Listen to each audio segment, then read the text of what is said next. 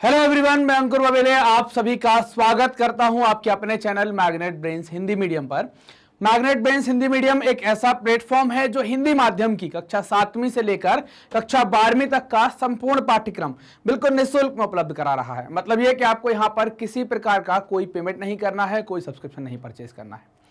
सभी वीडियोज आपको मिलते हैं बिल्कुल निःशुल्क, वो भी क्वालिटी कंटेंट और बेस्ट फैकल्टीज के साथ।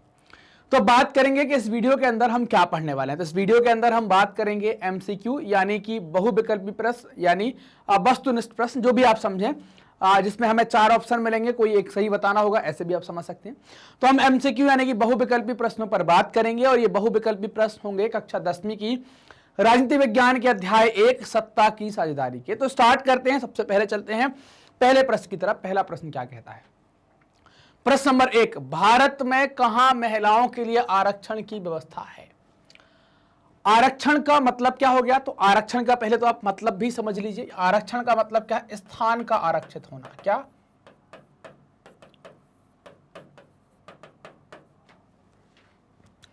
स्थान का आरक्षित होना। स्थान क्या है? स्थान मतलब ये, जैसे आप माने कि लोकसभा में कुछ सीटें हैं तो उनकी स्थान आरक्षित कर दिए गए कि इतने स्थानों पर सिर्फ क्या हो सकती हैं? महिला लोग ही आ सकती हैं, यहां पर सिर्फ महिला ही चुनी जाएंगी। तो ये स्थानों को आरक्षित कर देना, ये आरक्षण कहलाता है। क्यों करते हैं? क्योंकि महिलाओं की जन भागीदारी कम है, इस कारण से उसको बढ़ाने के लिए इनका आरक्षण किया जा रहा है। 4 ऑप्शन है, क्या क्या है? लोकसभा में, विधानसभा में, पंचायती राज व्यवस्था में और मंत्रिमंडल में कहां पर महिलाओं का आरक्षण किया गया है? तो इसका सही जवाब है पंचायती राज में। लोकसभा में जो आरक्षण दिया गया है वो किसको किसको दिया गया है? एससी और एसटी को दिया गया है। विधानसभा में भी जो आरक्षण दिया गया है वो भी आप एससी और एसटी को देख सकते हैं। पंचायती राज व्यवस्था में आपको यहां पर आरक्षण किसको मिलेगा? एससी, एसटी, ओबीसी और महिला को भी दिया गया है ना। फीमेल कैटेगरी अगर अपन लिख दे तो फीमेल को भी दिया गया है। मंत्रिमंडल में किसी प्रकार का आरक्षण नहीं है, यहां पर किसी प्रकार के आरक्षण की बात नहीं की गई है। यहां पर जो भी प्रधानमंत्री को ठीक लगता है उनको वो नियुक्त कर लेते हैं। संख्या पुरुष की भी ज्यादा हो सकती है, महिलाओं को भी ज्यादा हो सकती है। इसका कोई हमारे पास ऐसा लिखित प्रूफ नहीं है कि मंत्रिमंडल में क्या होंगे। आरक्षण की व्यवस्था कहां देख ली महिलाओं के लिए? पंचायती राज में। अगला प्रश्न, प्रश्न नंबर 2, सांप्रदायिक राजनीति के अर्थ संबंधी निम्न कथनों पर गौर करें। सांप्रदायिक राजनीति किस पर आधारित है? मतलब पहला ऑप्शन है, एक धर्म दूसरे से श्रेष्ठ है, इस पर आधारित है क्या? विभिन्न धर्मों के लोग समान नागरिक के रूप में खुशी खुशी साथ रहते हैं। सांप्रदायिकता तो नहीं होगी ये खुशी खुशी साथ रहना।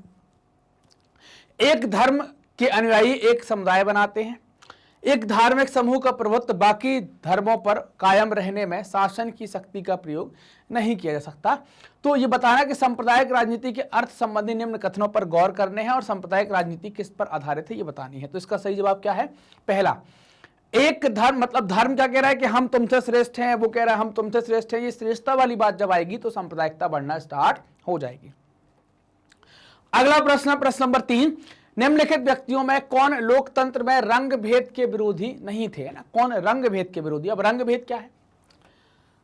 रंग भेद होता है रंग के आधार पर अंतर, है ना, रंग के आधार पर अंतर।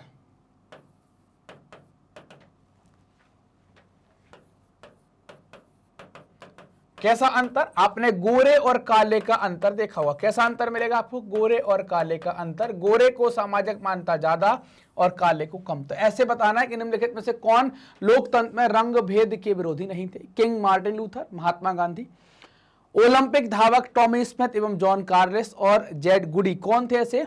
तो जेड गुडी जो है वो रंग भेद के विरोधी नहीं थे, ऐसा कहा जाता है। अगला प्रश्न है प्रश्न नंबर 4, भारतीय संविधान के बारे में इनमें से कौन सा कथन सही है? संविधान के बारे में कौन सा कथन सही है ये बताएंगे कि यह धर्म के आधार पर भेदभाव की मनाही करता है। बिल्कुल करता है, ये कथन तो सही लग रहा है।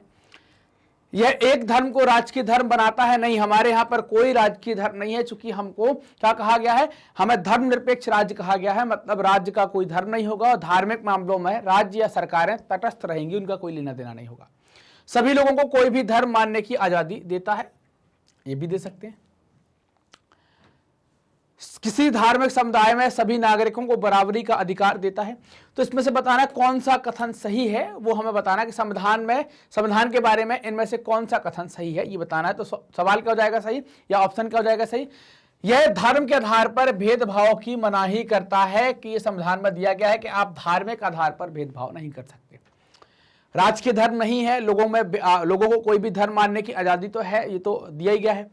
धार्मिक समुदाय में सभी नागरिकों को बराबरी का अधिकार भी देता है, ऐसा भी कहा गया है। लेकिन सबसे सही बात क्या है, भेदभाव नहीं करेंगे धार्मिक आधार पर।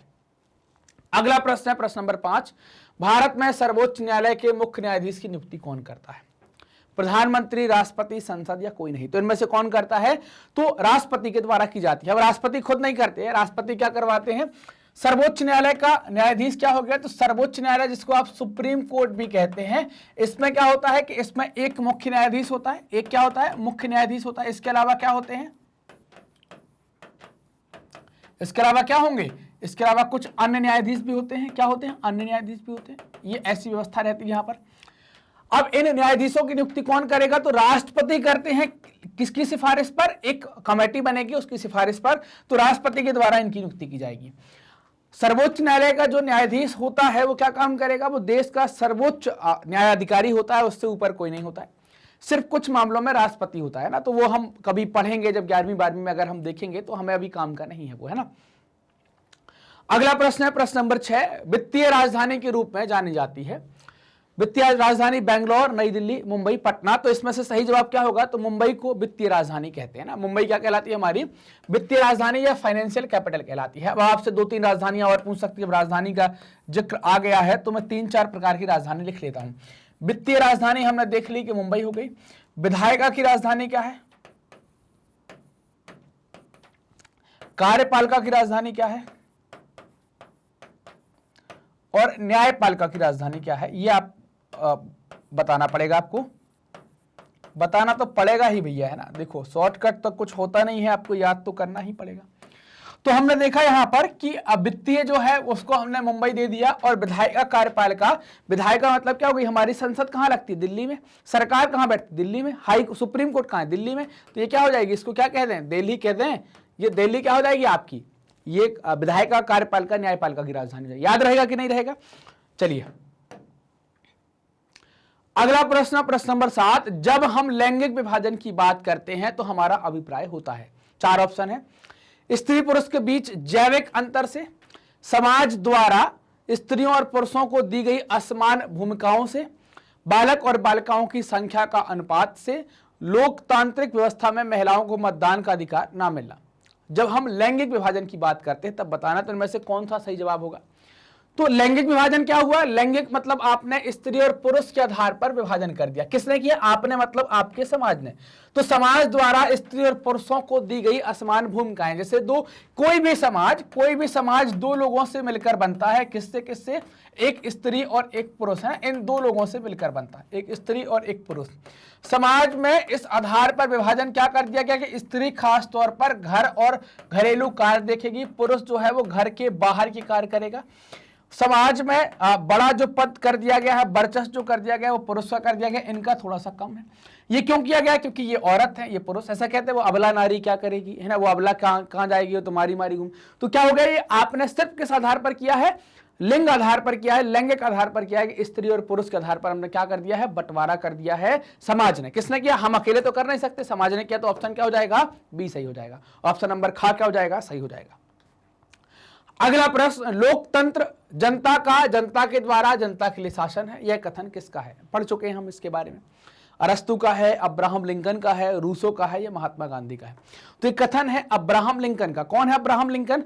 तो ये यूएसए नाम का जो देश है, इसको आप संयुक्त राज्य अमेरिका कहते हैं, इसके क्या रहे हैं? राष्ट्रपति रहे हैं। इनके द्वारा ये कथन कहा गया था, जनता का, जनता के द्वारा जनता के लिए शासन जो है उसको आप लोकतंत्र कहते हैं। ये बड़ा फेमस कथन है, अब्राहम लिंकन के द्वारा इसको कहा गया था। अगला प्रश्न है प्रश्न नंबर 9, संघ सरकार का उदाहरण है। अमेरिका, चीन, ब्रिटेन या इनमें से कोई नहीं? तो संघ सरकार का जो उदाहरण है वो क्या है? जो यूनियन गवर्नमेंट है उसका बहुत अच्छा उदाहरण आप अमेरिका को मान सकते हैं। सांप्रदायिक राजनीति आधारित होती है। सांप्रदायिक मतलब क्या होगी? सांप्रदायिकता हमेशा आधारित होती है धर्म पर। किस पर? धर्म पर। तो सांप्रदायिक राजनीति आधारित होती है धर्म पर, जाति पर, क्षेत्र पर, या इनमें से कोई नहीं? तो सही जवाब क्या होगा? धर्म पर। जाति पर जो राजनीति आधारित होती है उसको कहते हैं हम क्या? जातिवाद। और क्षेत्र पर जो राजनीति आधारित होती है उसको क्या कहते हैं? क्षेत्रवाद। और धर्म पर जो आधारित होती है उसको कहते हैं सांप्रदायिक राजनीति या धर्मवाद भी कहा जाता है। अगला प्रश्न है प्रश्न नंबर 11। 1967 ईस्वी तक भारतीय राजनीति में निम्नलिखित में से किसका वर्चस्व रहा है? 4 ऑप्शन है, सवर्णों का, निम्न जाति का, अनुसूचित जाति का और इनमें से कोई नहीं। इन चारों में से आपको एक बताना है कि भारतीय राजनीति में निम्नलिखित में से किसका वर्चस्व रहा है? सवर्णों का रहा है, निम्न जाति का रहा है, अनुसूचित जाति का रहा है, इनमें से कोई नहीं। तो किसका रहा है? सवर्णों का। अब ये सवर्ण क्या कहलाते हैं, निम्न जाति, अनुसूचित जाति क्या कहलाते हैं? तो वर्ण व्यवस्था में 4 प्रकार के वर्ण आपको मिलेंगे, ब्राह्मण, क्षत्रिय,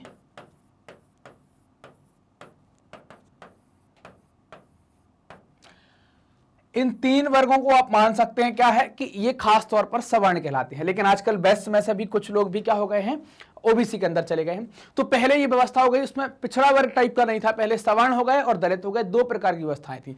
इनको क्या कह सकते हैं? ये क्या हो जाएंगे? सब सवर्ण हो जाएंगे, ये सारे सवर्ण हो गए है ना। और इनको क्या कह सकते हैं कि ये क्या हो गई? निचली जाति हो गई। अब व्यवस्था क्या हो गई कि इनके बीच में, ऊंची स्थिति और नीची स्थिति के बीच में भी कुछ आ गया, जिनको क्या कहते हैं? पिछड़ा कहते हैं। तो राजनीति में वर्चस्व प्रारंभ में किसका रहा है? तो आप देखें सवर्ण जाति का ज्यादा देखने को मिला है। क्लियर? अगला प्रश्न नंबर 12। भारत में समाज सुधार आंदोलन में निम्नलिखित में से किसका योगदान ज्यादा है? कौन व्यक्ति ऐसा है जिसने समाज सुधार में काम किया है? ज्योतिबा फुले, महात्मा गांधी, भीमराव अंबेडकर, उपरोक्त सभी। तो लगभग सभी लोगों का योगदान बढ़िया रहा है। तो इस कारण से ऑप्शन नंबर 4 पर हम जाएंगे कि सभी का। सामाजिक विभाजन की निम्नलिखित में से कौन सी अभिव्यक्तियां हैं, ये बतानी है। जाति के आधार पर समाज का विभाजन हो सकता है, बिल्कुल होता है, ब्राह्मण, क्षत्रिय, वैश्य, शूद्र इस आधार पर। लिंग आधार पर पुरुष और महिला के आधार पर भी करते हैं। धर्म के आधार पर भी समाज का विभाजन होता है, हिंदू, मुस्लिम, सिख, ईसाई, इनको आपस में बांटने का भी काम होता है। तो ऑप्शन क्या सही हो जाएगा? ऑप्शन नंबर डी सही हो जाएगा। उपरोक्त सभी, इन आधार पर क्या कर सकते हैं आप? समाज को बांटा जाता है, विभाजन होता है। अगला प्रश्न है प्रश्न नंबर 14। भारतीय संविधान के किस अनुच्छेद में देश के सभी नागरिकों को स्वतंत्रता का मूल अधिकार दिया गया है? यह बताना है कि भाई स्वतंत्रता का मूल अधिकार किस में दिया गया है? तो वो मिला है आपको 19 में। अलग अलग प्रकार की स्वतंत्रताएं मिली हैं, आर्टिकल 19 में दी गई हैं। भारतीय संविधान के किस अनुच्छेद में धर्म, वंश, जाति और जन्म स्थान के आधार पर किसी प्रकार के भेदभाव का निषेध किया गया है? ना, क्या किया गया है? निषेध किया गया है।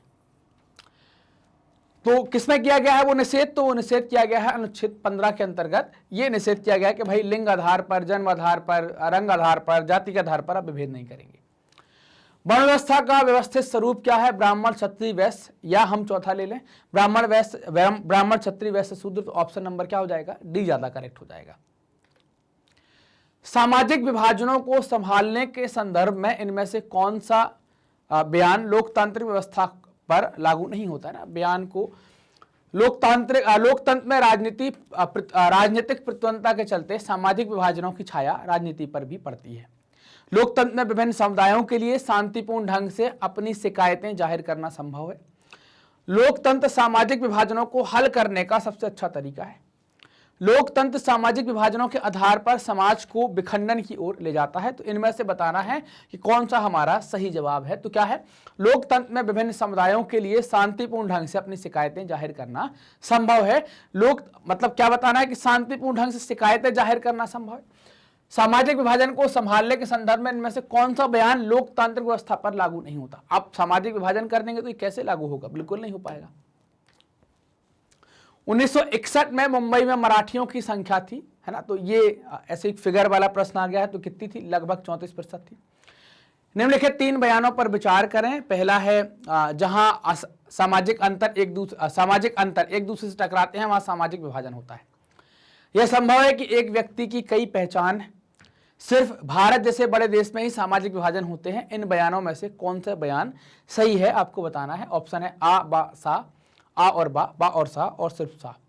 तो आ और बा जो है वो सही है। मतलब क्या है? आ और बा, पहला और दूसरा जो है वो बिल्कुल सही है। अगला प्रश्न है प्रश्न नंबर 20, जाति व्यवस्था को निम्नलिखित में से किसने कमजोर किया है? आर्थिक विकास, शिक्षा में वृद्धि, शहरीकरण और उपरोक्त सभी। किसने कमजोर किया है? मतलब जाति व्यवस्था धीरे धीरे कमजोर हुई है, तो सभी, आर्थिक विकास भी है, शिक्षा भी है और शहरीकरण भी है, इन सब कारण से जाति व्यवस्था कमजोर हुई है। प्रश्न नंबर 21, 1999 से 2000 के अनुसार गरीबी रेखा से नीचे रहने वालों में अनुसूचित जनजातियों का प्रतिशत कितना है, ये बताना है। 45.8 है, 35 है, 41 है, 42 है, कितना प्रतिशत है ये हम बताएंगे। तो लगभग 45.8% लोग जो है वो क्या रह रहे हैं? गरीबी रेखा से नीचे रह रहे हैं। श्रीलंका में सिंहली को किस वर्ष राजभाषा के रूप में घोषित किया? 1945, 55, 56, 58। तो हमने देखा था 1956 में राजभाषा के रूप में घोषित किया और बौद्ध धर्म को संरक्षण देना स्टार्ट किया, तमिलों के ऊपर अत्याचार होना फिर यहां पर स्टार्ट होता है। अगला प्रश्न है प्रश्न नंबर 23, राजनीति में सांप्रदायिकता के निम्नलिखित में से कौन से स्वरूप हैं? धार्मिक पूर्वाग्रह, परंपरागत धार्मिक अवधारणाएं, एक धर्म की दूसरे धर्म से श्रेष्ठ मानने की मान्यता। ये सभी बातें जो हैं वो सही हैं, तो ऑप्शन नंबर डी क्या हो जाएगा? एकदम करेक्ट हो जाएगा। ऑप्शन नंबर डी जो है वो करेक्ट है। अगले प्रश्न की तरफ चलते हैं। प्रश्न नंबर 24, श्रीलंका में निम्नलिखित में से कौन सा धर्म है? बौद्ध धर्म है, हिंदू धर्म है, ईसाई धर्म है या इनमें से कोई नहीं है? तो श्रीलंका में आप देखेंगे कौन सा धर्म है, तो श्रीलंका में अधिकांश संख्या में आप देखेंगे बौद्ध है। इसके अलावा आपको हिंदू मिलेंगे, ईसाई मिलेंगे, सब मिल जाएंगे, लेकिन बौद्धों की संख्या आपको क्या मिलेगी? सर्वाधिक मिलेगी। इसी कारण से वहां की सरकार ने वहां की भाषा और वहां के धर्म बौद्ध इन दोनों को संरक्षण प्रदान किया था। अगला प्रश्न है प्रश्न नंबर 25, भारत में कृषि क्षेत्र में महिलाओं की कुल भागीदारी कितनी है? 40%, 30%, 50%, 60%। तो कितनी है? लगभग 40% के आसपास आप महिलाओं की भागीदारी यहां पर देख सकते हैं। अगला प्रश्न है 15वीं लोकसभा में महिलाओं की भागीदारी कितने प्रतिशत थी? 8.68, 9.68, 10.68, 12.68। ऑप्शन में याद रखेंगे आप, आपको जिसमें 68 होगा उसके साथ जाएंगे अपन, है ना। हमारे चारों में है, लेकिन आपके में ऐसा हो सकता है किसी एक में हो। सही जवाब क्या है? 10.68% महिलाओं की भागीदारी है लोकसभा में। अगला प्रश्न है प्रश्न नंबर 27, भारत में पंचायती राज की संस्थाओं में महिलाओं को कितना प्रतिशत आरक्षण दिया गया है? 25, 30, 33 या 35। तो कितना आरक्षण मिला है? 33% आरक्षण किसको दिया गया है? पंचायती राज में महिलाओं को दिया गया है। अगला प्रश्न है प्रश्न नंबर 28, अधिकारों और अवसरों के मामले में महिलाओं को विशेष प्रावधान, है ना, महिलाओं को विशेष परिश्रय देने वाला व्यक्ति क्या कहलाता है? सांप्रदायिक कहलाता है। सांप्रदायिक वो कहलाएगा जो धार्मिक आधार पर विभाजन करेगा। यहां पर परिश्रय दे रहा है मतलब कुछ सहायता करने की बात कर रहा है। धर्मनिरपेक्ष, अगर धर्म का मामला होता तो धर्मनिरपेक्ष कहते, क्या कहलाएगा? इसको नारीवादी कहेंगे, है ना।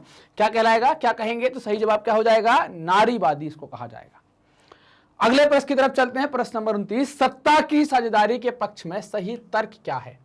देश की एकता को कमजोर बनाती है सत्ता की साझेदारी, विभिन्न समुदायों के बीच टकराव को कम करती है, पाखंडी या विविधता को अपने में समेट लेती है ना, निर्णय लेने में विलंब करती है। तो सबसे सही जवाब क्या है? तो सही जवाब होगा ऑप्शन नंबर बी, विभिन्न समुदायों के बीच टकराव को कम करती है, टकराव की संभावना को कम करती है। अगला प्रश्न है प्रश्न नंबर 30, श्रीलंका में सत्ता की साझेदारी के संदर्भ में सही कथन क्या है? अल्पसंख्यकों का प्रभुत्व बनाए रखने का प्रयास बिल्कुल नहीं बनाया गया। वहां पर हमने पढ़ा था तमिलों के साथ अत्याचार हुआ था। संघीय व्यवस्था अपनाकर सभी क्षेत्रों का हित का ध्यान बिल्कुल नहीं, जहां पर तमिल रह रहे थे उत्तर और पूर्वी क्षेत्र में कोई ध्यान नहीं दिया गया।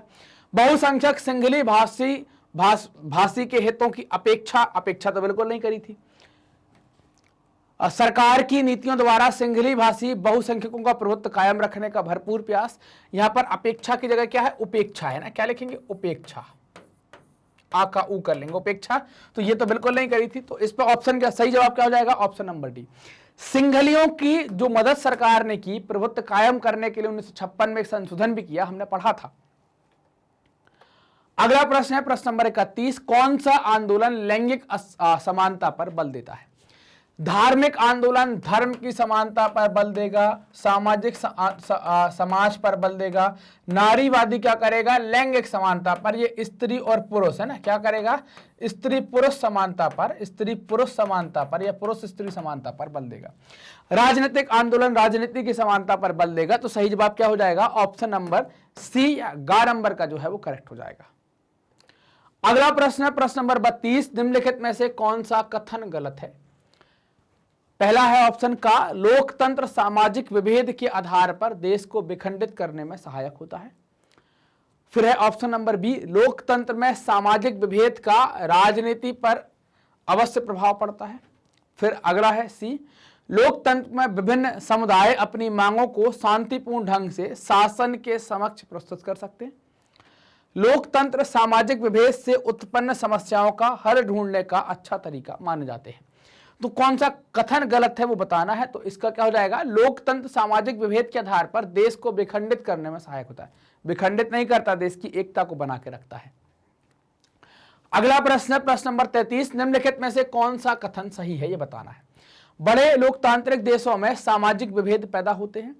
एक लोकतांत्रिक व्यवस्था में एक ही व्यक्ति की सही पहचान होती है। सामाजिक विभेद का लोकतंत्र पर कोई असर नहीं होता। सामाजिक विभेद सदा लोकतंत्र के लिए घातक होते हैं। सही कथन बताना है क्या है, तो इसमें से क्या सही होगा। तो यह है कि बड़े लोकतांत्रिक देशों में सामाजिक विभेद पैदा होते रहते हैं। ये एक कथन सही है कि ऐसा होता रहता है, लेकिन इसको संभाला भी जाता है।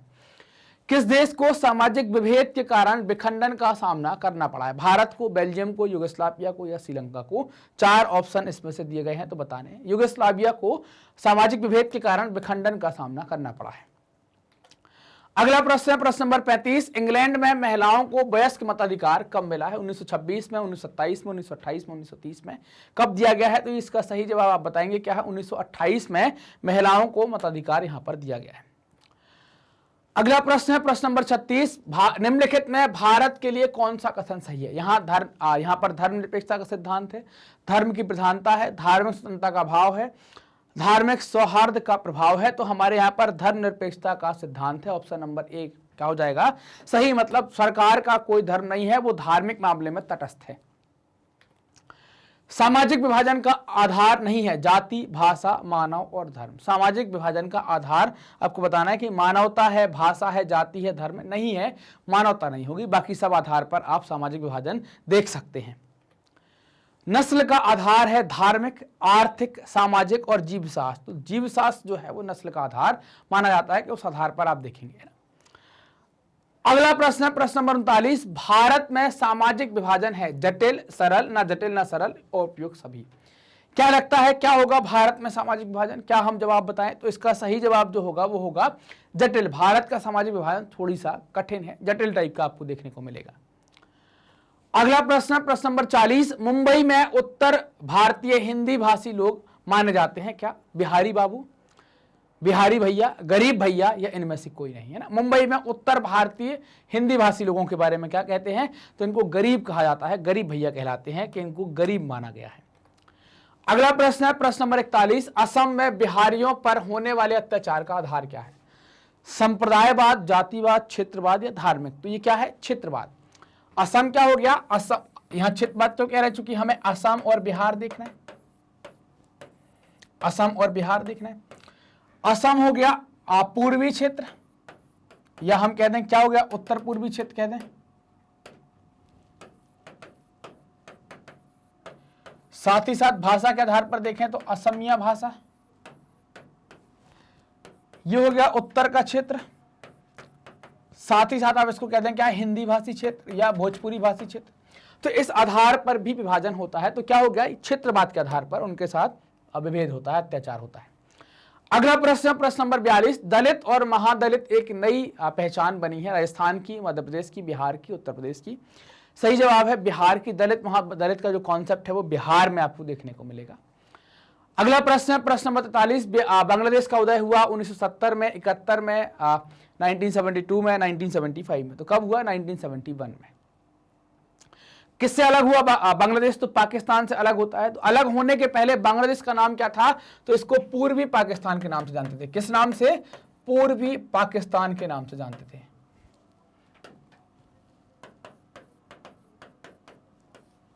पूर्वी पाकिस्तान के नाम से इसको जाना जाता था। क्लियर?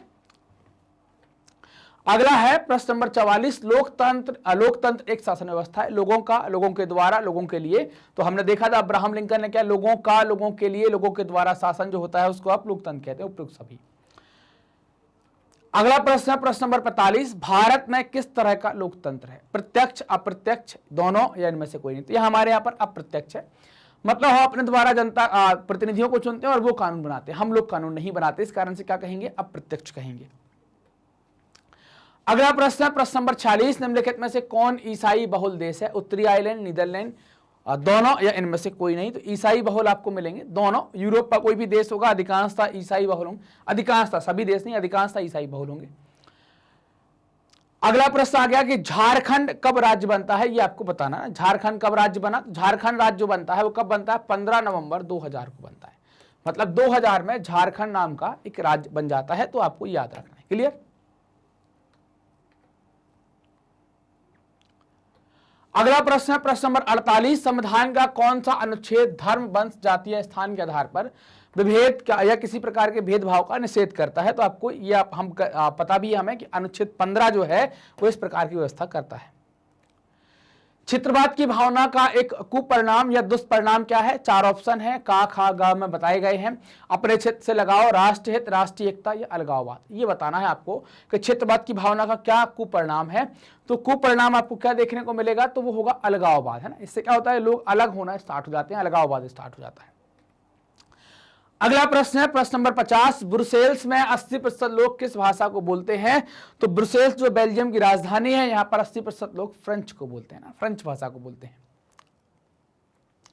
ये हमारे बहुविकल्पी प्रश्न कंप्लीट हो जाते हैं। आप जानते हैं कि मैग्नेट ब्रेन्स अपनी हाई क्वालिटी एजुकेशन, साथ ही साथ मुफ्त शिक्षा के लिए जाना जाता है। मतलब आप हमारे जो ये कोर्स चलते हैं, इनमें से किसी भी कोर्स को आप देख सकते हैं बिल्कुल निःशुल्क, जैसे स्कूली शिक्षा, Hindi English medium, NTSC, olympiad, CUT, ये सारे कोर्स कंपटीशन के, एंट्रेंस एग्जाम, सब कुछ बिल्कुल निःशुल्क में चलते हैं। आपको किसी प्रकार का कोई पेमेंट नहीं करना है।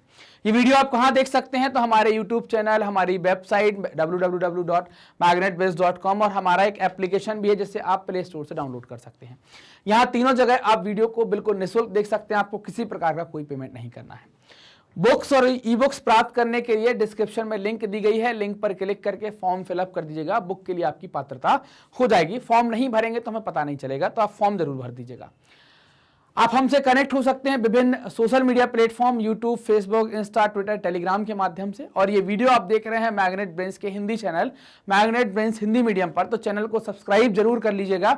वीडियो को लाइक भी कर दें और अपने दोस्तों के साथ शेयर करना ना भूलें। कमेंट सेक्शन में अपने डाउट पूछ सकते हैं, साथ ही साथ ये बता सकते हैं कि आपको वीडियो कैसे लग रहे हैं। धन्यवाद।